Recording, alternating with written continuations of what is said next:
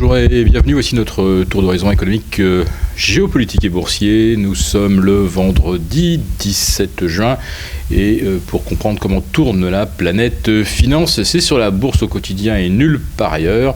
Et l'épisode du jour s'intitulera « Accélération des signaux de ralentissement aux États-Unis ».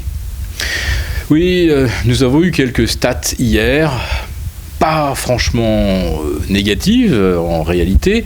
Quand on regarde l'inflation, elle continue à un rythme de plus 1% annuel, hors pétrole-énergie. Et le taux core, lui, serait au-delà des 2%. Ce n'est pas ça qui va évidemment motiver la Fed à remonter ses taux le 27 juillet prochain, mais bon, ça entretient quand même le scénario d'une hausse mi-septembre.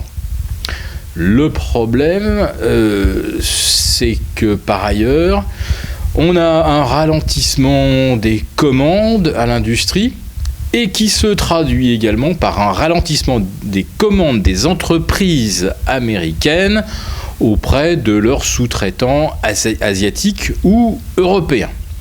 Bref, il y a une sorte de boucle de rétroaction entre le ralentissement chinois qui a impacté les marchés financiers, qui à leur tour ont impacté le moral des chefs d'entreprise. En fait, aux États-Unis, on est dans un processus de contraction sournois, furtif, mais qui se traduit par une nouvelle dégradation du chômage, on l'a vu donc hier, et également une hausse des licenciements, avec depuis le début de l'année des accélérations à plus 15, plus 25% par rapport à la période correspondante de l'année dernière. Alors évidemment, vous avez ce taux de chômage ultra bas. Vous aviez jusqu'en mars 200 000 créations d'emplois, sauf que ces fameux emplois, il en fallait en fait 3 pour un individu pour arriver à boucler fin de mois. Oui, le mot emploi est tellement vague que cela va du dog walker jusqu'à l'ingénieur système qui fait fortune dans la Silicon Valley. Les signaux de ralentissement économique donc aux États-Unis l'emportent largement sur les signaux d'accélération. Alors il y en a quand même un. Il se situe au niveau de l'immobilier. Et là, on peut remercier nos amis chinois, enfin les 1% les plus riches d'entre eux, qui raflent tout ce qui dépasse les 500 000 dollars. Et 1 million de dollars, ça ne leur fait évidemment pas peur. Le problème, c'est que en encourageant la construction d'un immobilier haut de gamme, eh bien, ça prive le reste de la population de biens abordables.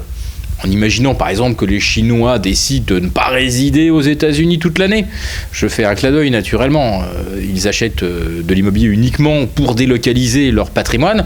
Mais en imaginant qu'ils veuillent louer, il est évident que c'est absolument inaccessible à la famille américaine moyenne. Alors Wall Street, eh bien Wall Street reste en lévitation. Tout ce que je vous décris là, on le sait plus ou moins à Wall Street, mais manifestement ça ne veut pas baisser. Nous avons un S&P 500 qui pourrait très bien ce soir, à l'occasion des 4 sorcières, revenir sur 2100 et tutoyer à 1% son record historique absolu. On a un Nasdaq qui affiche des PER de 30 et au-delà, et puis, eh bien, ça ne consolide pas. On a pourtant des niveaux de volatilité. Alors on est retombé hier à 19, c'est vrai, mais on était monté à 21. On avait pris 70% sur la volatilité en une semaine. Est-ce que cela a entraîné une vraie consolidation des indices US ? Non, on a eu une sorte de dérive. Alors 5 séances de baisse consécutives pour un cumul de baisse de moins de 1,5%. C'est absolument extraordinaire. Alors évidemment, il n'y a pas de miracle.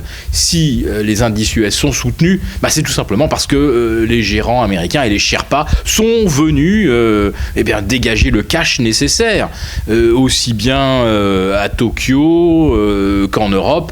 Nous l'expliquions déjà hier. Donc clairement, tout sera fait jusqu'au bout, jusqu'à l'ultime limite des possibilités pour maintenir Wall Street en lévitation. Le problème, c'est que le jour où on se rendra compte qu'on a épuisé tous les artifices, qu'est-ce qui va rester ? Pour l'instant, pourquoi les opérateurs ne vendent pas ? C'est la peur. C'est la peur de ne pas être dans le marché si celui-ci devait poursuivre son ascension. Alors qu'on a pourtant une rupture en Europe très claire. On est peut-être en passe de retracer les planchers annuels d'ici la fin de la semaine prochaine. Mais aux États-Unis, on n'ose pas sortir parce que si jamais on sort, on a peur de ne pas pouvoir rentrer. Instruit par la faiblesse des volumes depuis la mi-février, on sait très bien que si on veut se replacer dans des marchés aussi creux, eh bien on risque de faire filer les cours à la hausse, de courir après les scores, ce qui est très désagréable.